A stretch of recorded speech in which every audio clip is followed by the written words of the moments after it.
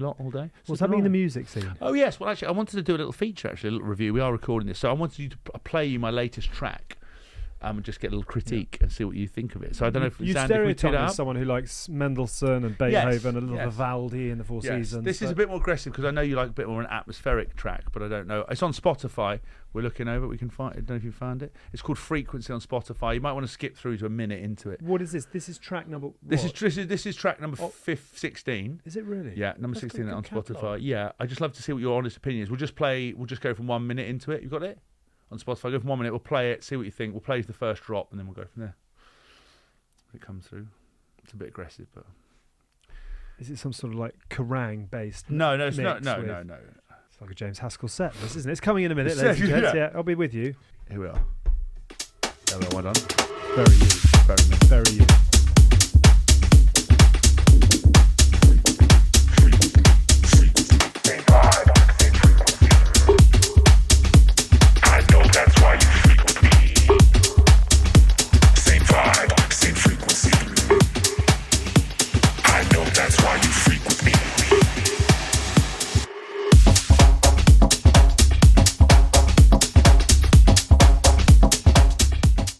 Got James Haskell written all over it. I would pick that out as yours. Really? Yeah. Do you like that? Why? What do you think?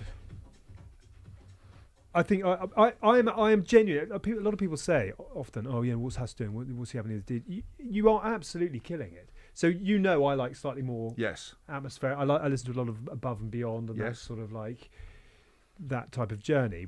Yours is a bit harder. Rawer. Yes, a bit more hard, a bit more underground. That's exactly what the sound was designed for. Yeah. I'm amazed at how well you're doing at it. Thank you. So talk me about the process of that.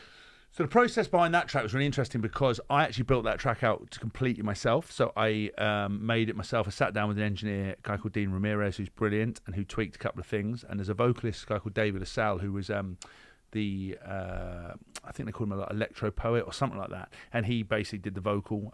We just manipulated it, put filters on it, and I quite like same vibe, same frequency. It's kind of. And how long does it take?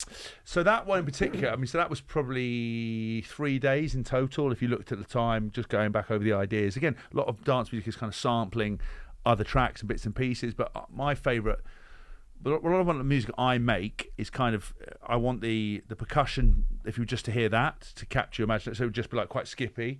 And then I think for me, there's a synth in there that's kind of quite rhythmic. And then obviously a hooky vocal, same vibe, same frequency. It kind of works for me, and that's the bigger sound that I like. Also, it's just a bit more underground, But I do like the atmospheric stuff. But my lane and what I'd like to play is that kind of music, and you've got to make what you want to make because you can't become sidetracked by you hear an amazing track by say, Kind Music or one of these other guys. Afro House is really big at the moment. The stuff that you would like is really big, emotional moments. I just wouldn't ever play that kind of stuff. So, and what is the process of making it? Who are you bouncing off? How much bouncing off others are you doing? What feedback do you take? How do you know it's finished? Okay, so that's a great question. It's almost like you're an ace presenter. No, I think so. A lot of stuff with making music is utilising reference tracks. So finding something that you like that someone else has done, going, why do you like that? So you use that as a reference. Obviously sampling from similar tracks in that genre, and then putting it together and understanding. Like, I think with engineers, one of the things that people get very particular about is working with other people. So I could be doing music production for the next 30 years. I'd never be as good as Dean Ramirez.